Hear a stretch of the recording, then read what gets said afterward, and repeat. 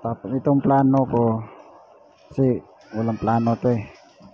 Itong plangka na to, papalitan to ng breaker. Ayan, tanggalin natin yung sa pwesto niya kasi dyan daw ilagay ang breaker. Breaker box pala. Ayan.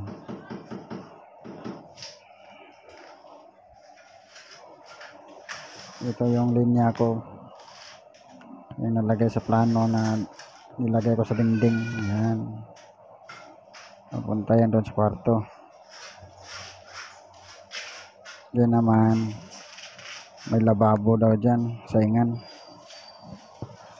Saka yung tubo na yan papunta yan doon sa labas para sa aircon yan, yung outlet na yan. Palagyan dyan ng abang. Dito tayo. Nilagyan ko na ng mga wire to. Ayan. Ayan. Yung box niya. Natabi ko na yung pinalit ko na yung box. Ayan, para aircon. Ayan, para sa outlet. Saka ito, outlet yan. Tapos siya, para sa aircon. Ayan. So, yun ang linya na yan.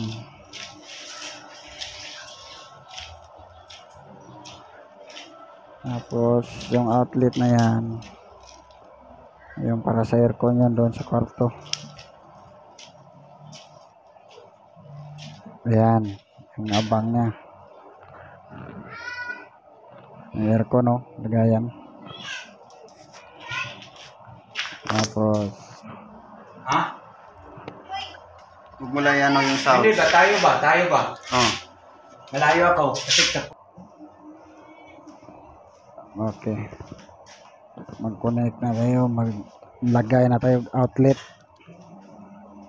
Kaya ginaganyan ko na lang kasi 3 butas yan eh. Yung isa na yan, tagos yan doon sa kwarto. Yun ang gusto nila eh. Yung design. Mag-connection na tayo sa outlet. Ganyan, may sukat kasi ito eh. May baliktad pala. Yan ang sukatan. Kung anong haba dyan. Yan ang sukat ng lalim ng butas na yan. Yan, tapos ko na connect. Ganyan na connect. Tapos ilagay na natin sa box, utility box. Yan, yung forma na yan.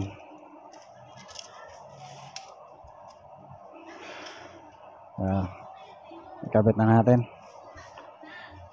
Kuha muna ako ng tornilyo. Ito naman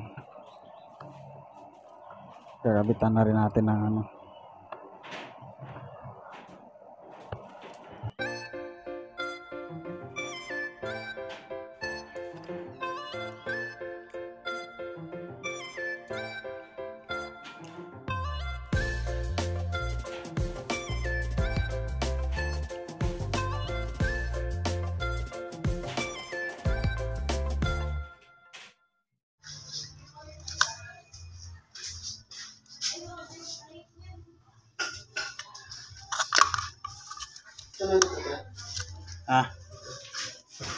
Yun lang.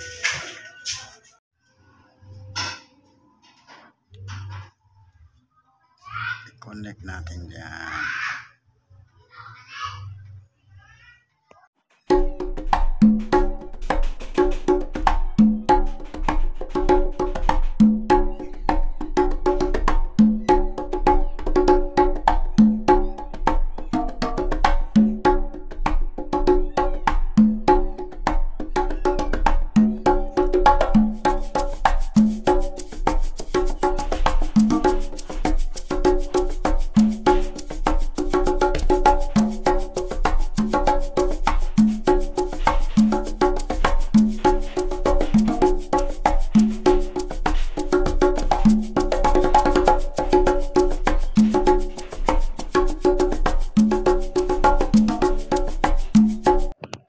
ito na yung main box.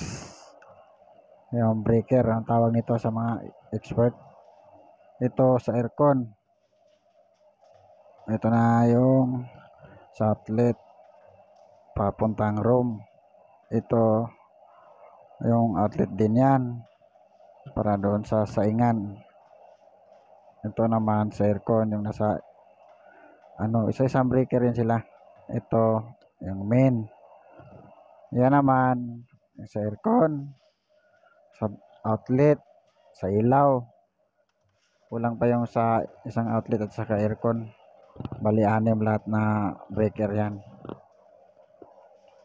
Ayan. Tagal kasi. Kaya di matapos agad. Walang supply. Ito naman yung design sa abang ng 4 na ilaw ilagay dyan. Silang nag-design. Ganyan daw. Sinusunod ko na lang. Okay. Sa sunod na lang na video. Subscribe. Salamat.